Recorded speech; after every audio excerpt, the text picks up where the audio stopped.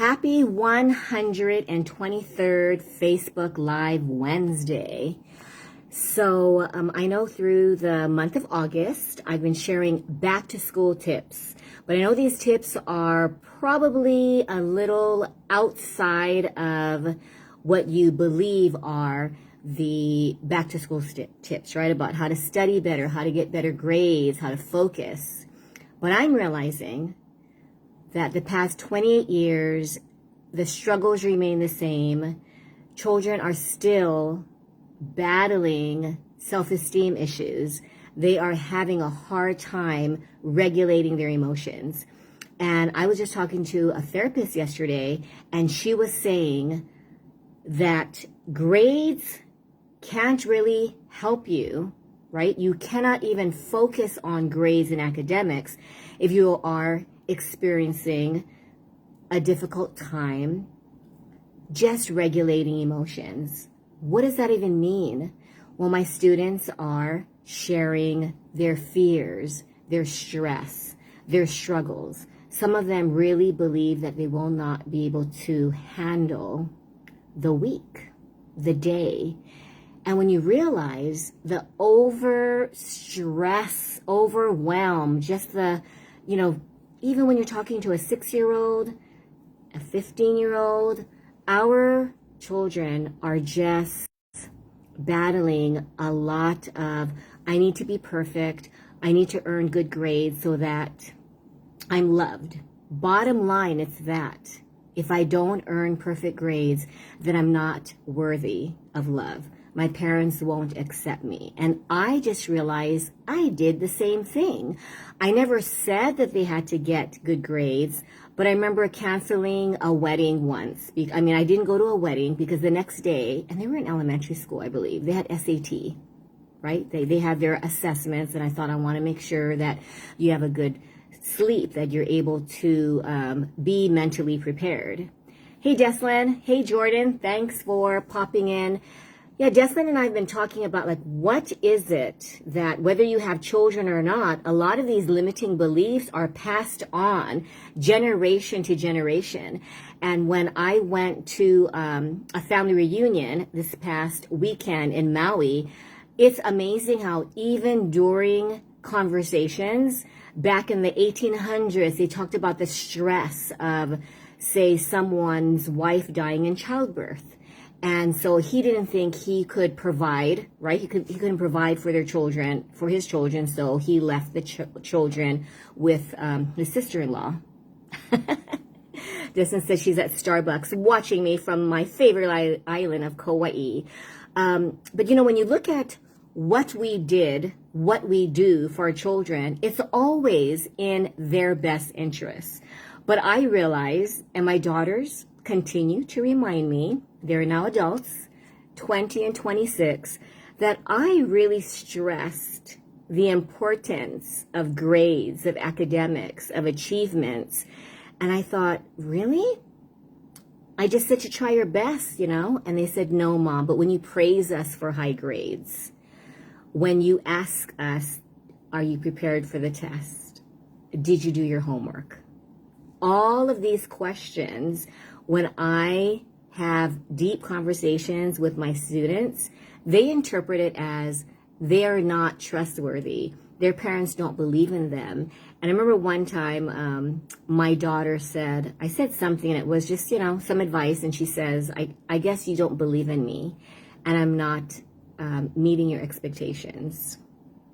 I paused. I said, no, you are. Then why are you telling me, that I should follow your suggestions on how to improve? I did not know what to say. And you know me, right, Deslin? I always have something to say. So this is where I realized, so this is a tip, okay? I know I'm going all over the place. I actually still have a low-grade fever. I had the booster, the second booster on Monday. And yesterday I was wiped out. Today, see, I'm all about accountability. And I thought, I can't miss my Facebook Live Wednesday. And when you think about it, it might sound silly, but part of that narrative, I would like you to think about what narrative your parents passed on to you. And Destin shared it's an interesting was an Instagram post. I think it's from the psychologist dot. Do you remember, Deslan? It was from a holistic psychologist. But these were 3 little tips on what narratives you're passing on. And if you do these things, she had a few of them, then what you are doing is teaching your children that mistakes are not okay. And I thought, this is what I was raised with believing. I didn't know this, that I must be perfect in order to be loved. And I thought, no, that's not true. But did my parents micromanage? They might not have been hovering, but they did, ask me about my homework, about my tests. I remember I had a meltdown once. I had 3 exams, and my dad told me just take one at a time, and he coached me through it. But the goal was to make sure that I excelled in all 3 exams and to manage my time. If I managed my time, I deep breathe, I did everything to help me focus, then I would be okay. What did I need? And this is what I want you, the next time you want it to lecture, and I've done this. It takes a lot of repetitions to rewire, right? I'm all about rewiring our brains so that we can overcome our limiting beliefs, so we do not continue passing on these limiting beliefs to our children, and then in turn it becomes a generational passing on, and then you just take it as truth, right? I must study for this test. I must prepare for this presentation at work. I must apply for this promotion. I must earn more money. So when you have those expectations, are you deep inside realizing your worth without earning it? It's all about, I just heard someone say, we need to earn it. We really need to earn it. We can, and then Deslan and I have been talking about, do we have to earn it, or do we know that it's within us, that we already deserve it? And then when you have that stress of, no longer needing to perform, it sometimes just magically happens, right? So these are the 3. Are you micromanaging? Are you saying, hey, I remember my mom, called and said, did you put socks on, Sabrina? It's cold tonight. And she must have been maybe 4 months old. Did you make sure that, fill in the blank, right? And I didn't realize that's micromanaging, because it made me mistrust what I did as a mother. And as a new mother, I think many of us question whether we are competent, whether we are not doing what we're supposed to do, right? Harsh punishments. Yikes. That was me. I thought they were incentives. When I took away the cell phone for a week, and if they were disrespectful, I tacked on another week. They mouthed off again, I tacked on another week. And I think one year, I took their phone away for 1 month. I took away all TV privileges, and then I found out that they're wise. They ended up watching something on their laptop, right? And so I realized, what did I teach them? I taught them that if they do not do what I say, even though I have their best interests at heart, that they will be punished. Which means to a child, ask yourself, I would like you to go back in time, sometime today, and ask yourself, what did you need to hear when maybe you were naughty? Maybe when you didn't do what you're supposed to do. Lately, I've been saying things like, I want to say, well, you could have started earlier. Well, maybe you'll learn from this. But those are all I thought they were well-intentioned, but what you're saying is what you did was wrong and you need to do better. And I thought it was a struggle, because how do you support your child without being critical? I think a lot of us, right? It's like, wow, good job getting a B. Maybe next time you can try a little harder and you get an A. So then in turn, my students tell me, I guess the B wasn't good enough. And when I say, remember now, grades do not define your worth. And many of them say, can you tell my parents that? Because I think grades mean everything to them. My worth is defined by grades, Miss Karen, if I don't do well on this test. So I have to intern. I was helping someone last night and he had it was a red X and we got it wrong. So at first I'm like, and then I had to rewire. It's okay, right? It's okay that we made a mistake. Let's see what we did. Oh my gosh, it's my favorite brother-in-law. Happy birthday. We will be talking to you later, your brother and I, but thank you so much for popping on, Kalani. But I really, back to what narratives we pass on.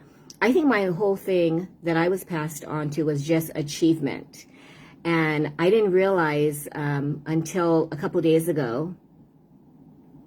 Oh, Kalani wants to join me on video? Well, hold on. Let me just. Oh, Justin said happy birthday. Just lost my train of thought. Okay, so this just popped into my brain 2 days ago, right? I was paid for my A's. Is that the reason why I got A's? I thought, did it define my worth? Yes. Did it work? Yes. But the thing that messed me up was my dad saying, and he had the best intentions, if you have a D or an F, you have to pay me. I never had to pay him, but in the back of my mind, I knew that if I did not get my A's or B's, C's were okay. He said, that's okay, Karen Casey Gibson. That what was I, right? Let me see. Can I? Yeah, I'm not sure how to do this, Kalani. Let's see. Maybe we can. Kalani, my brother-in-law, because we are trying to, or we are changing. We are just stopping the narratives or being aware. Awareness is what it's all about. What did you believe as a child that is stopping you from moving forward today? So whether you're a parent or not, there are limiting beliefs, right, that we hold on to, and it stops us from healing.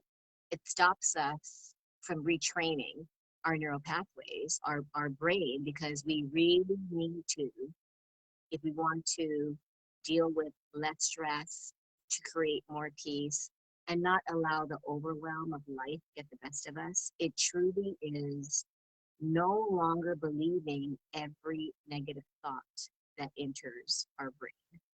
So suppose your child brings home a bad grade, or maybe doesn't even go to class. That's probably one of the worst scenarios, right? They cut school, and then you think, oh my gosh, what if they, oh, Kalani for those in the state, him joining in live. But a lot of my students, right, it's like, oh my gosh, if they didn't turn in homework, if they cut class, if they got caught doing something immoral, right, cheating on a test, maybe they decided to participate in illegal activity on campus, we truly believe that this will affect their future.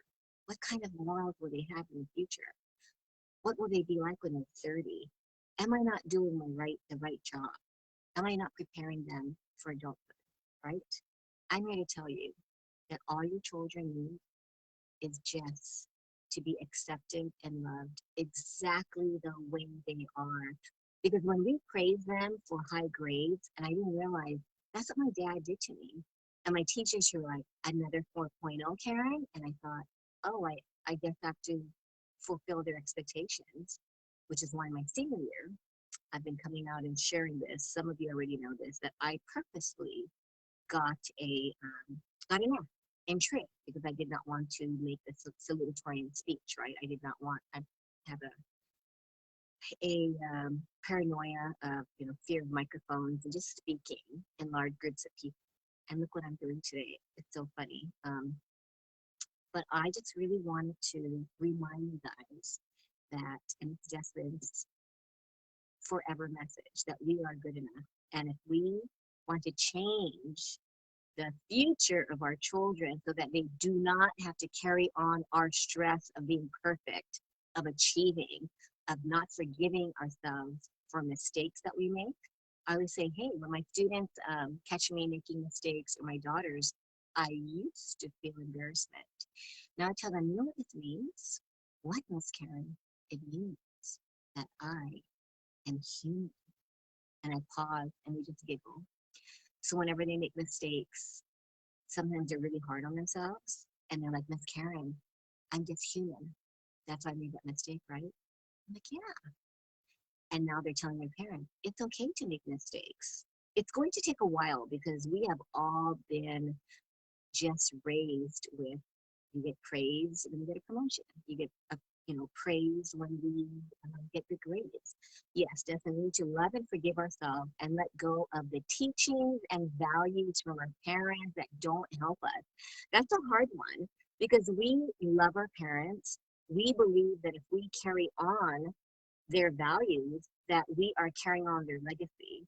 And that's a thing that my mission, right, revolutionizing parenting, that we, I think, will experience more peace and be able to heal just by questioning whether it's a value that we want to move forward.